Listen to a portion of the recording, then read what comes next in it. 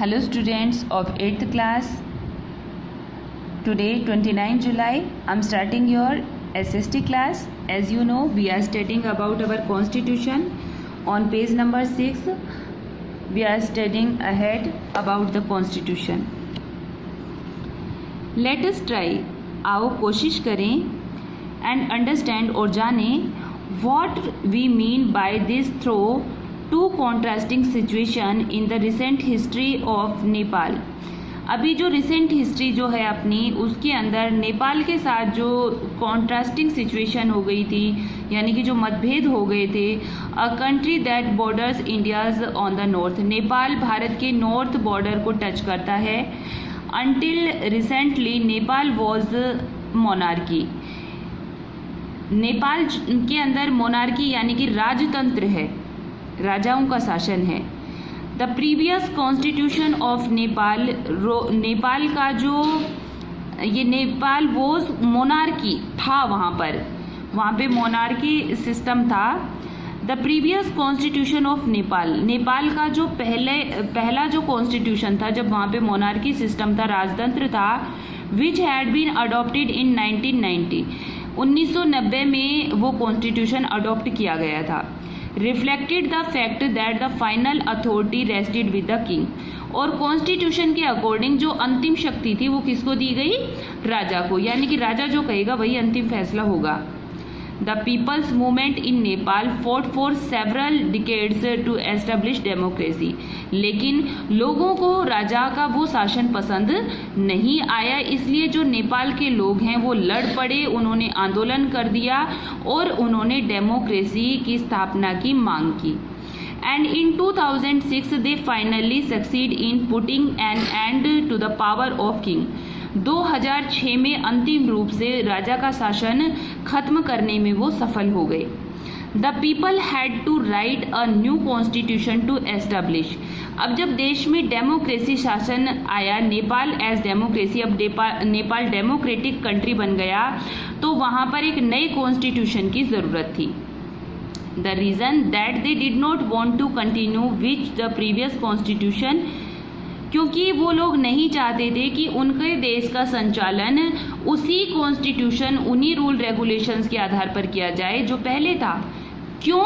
Because it did not reflect the ideal of the country that they want Nepal to be and that they have fought for.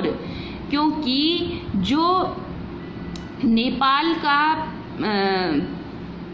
Nepal के लोग थे, उनकी ये सोच थी कि जो उनका पहला जो कॉन्स्टिट्यूशन है वो एक आइडल कंट्री के लिए या फिर उनके देश के लिए वो आइडल नहीं था. जैसा वो नेपाल को बनाना चाहते थे ऐसे रूल रेगुलेशंस उस कॉन्स्टिट्यूशन में नहीं थे. तो जब नेपाल डेमोक्रेटिक कंट्री बना तो वहाँ पर एक नए संविधान की रचना की गई.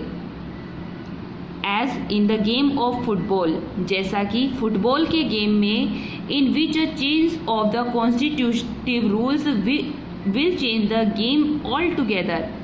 जैसे कि फुटबॉल का जो गेम खेला जाता है उसके लिए जो रूल बनाए जाते हैं वो बाकी गेम से उसे अलग बनाते हैं कि नहीं बनाते हैं.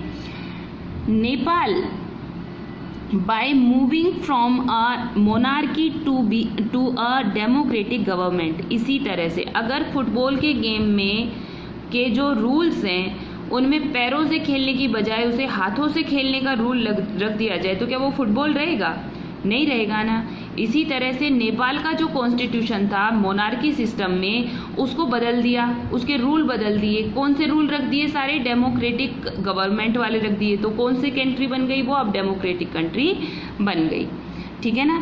तो जैसा संविधान होता है बिल्कुल वैसा ही देश चलता है. तो जैसे रूल्स होते हैं वैसा ही गेम खेला जाता है. ठीक है. तो Nepal by moving from a monarchy to a democratic government needs to change all constitutive rule in order to user in a new society. तो अब जब नया समाज क्रिएट हो गया है, नया जनतंत्र ले आए हैं, तो नए रूल रेगुलेशंस की वहाँ पर ज़रूरत थी. This is why the people of, sorry ये नीचे थे ना, This is why the people of Nepal adopted a new constitution for the country. इसीलिए नेपाल के लोगों ने नया संविधान अडॉप्ट किया इन 2015। 2015 में वहाँ पे नए संविधान की रचना कर दी गई। The caption alongside elaborates Nepal struggle for democracy. ठीक है, अब हम पढ़ते हैं the second important purpose of a constitution is to define the nature of a country's political system. दूसरा पर्पस क्या है कॉन्स्टिट्यूशन की ज़रूरत, क्यों है कॉन्स्टिट्यूशन की ज़रूरत? तो दूसरा पर्पस क्या है? Define the nature of a country's political system. किसी देश का पॉलिटिकल सिस्टम कैसा है ये डिफाइन कौन करता है? कॉन्स्टिट्यूशन करता है। For example, Nepal's earlier constitution stated that the country was to be ruled by the king. क्यों? जैसा कि नेपाल का जो प्रीवियस कॉन्स्टिट्यूशन था राजतंत्र के दौरान, वो कॉन्स्टिट्यूशन बताता था कि नेपाल में राजा का शासन है and his council of minister, और उसके मंत्रियों का शासन है। In countries that have adopted a democratic government और polity, the constitution plays a crucial role in laying out certain important guidelines and that govern decision making within these societies. अब जब वहाँ पर डेमोक्रेटिक गवर्नमेंट को अपना लिया गया है तो संविधान में जो उसकी पहचान है उस देश की सरकार की वो बदल गई है। अब वो डेमोक्रेटिक हो गई है और नई गाइडलाइंस, नए रूल्स लागू किए गए हैं जिसके अकॉर्डिंग देश का शासन किसके हाथ में होगा? Govern decision making with these society, जैसे गवर्नर या जो भी वहाँ पे वो रखे गए हैं उनके हाथ में देश का शासन होगा। ठीक है, in a democracy we choose our leaders so that they can exercise power responsibility on our behalf. Democracy लोकतंत्र, जनतंत्र, इसके अंदर हमें हमारा नेता चुनने का अधिकार होता है। कैसे होता है? हम वोट डालते हैं ना और अपना नेता चुनते हैं, और जो चुना हुआ नेता होता है उसके पास में पावर होती है। ठीक है ना, उसके पास पावर होती है और उस पावर के थ्रू वो हमारे प्रति जो उसकी रेस्पॉन्सिबिलिटीज़ बनती है उनको पूरा करता है। However, there is always the possibility that these leaders might misuse their authority. लेकिन हमेशा एक डर बना रहता है कि कहीं ये जो लीडर हैं ये अपनी पावर का मिसयूज तो नहीं करने लग जाएंगे, अपनी अथॉरिटी को गलत तो यूज नहीं करेंगे। And the constitution usually provides safe guard against this. इसलिए हमारा जो संविधान है इन नेताओं के खिलाफ भी सेफ गार्ड यानी कि हमें सुरक्षा प्रदान करता है।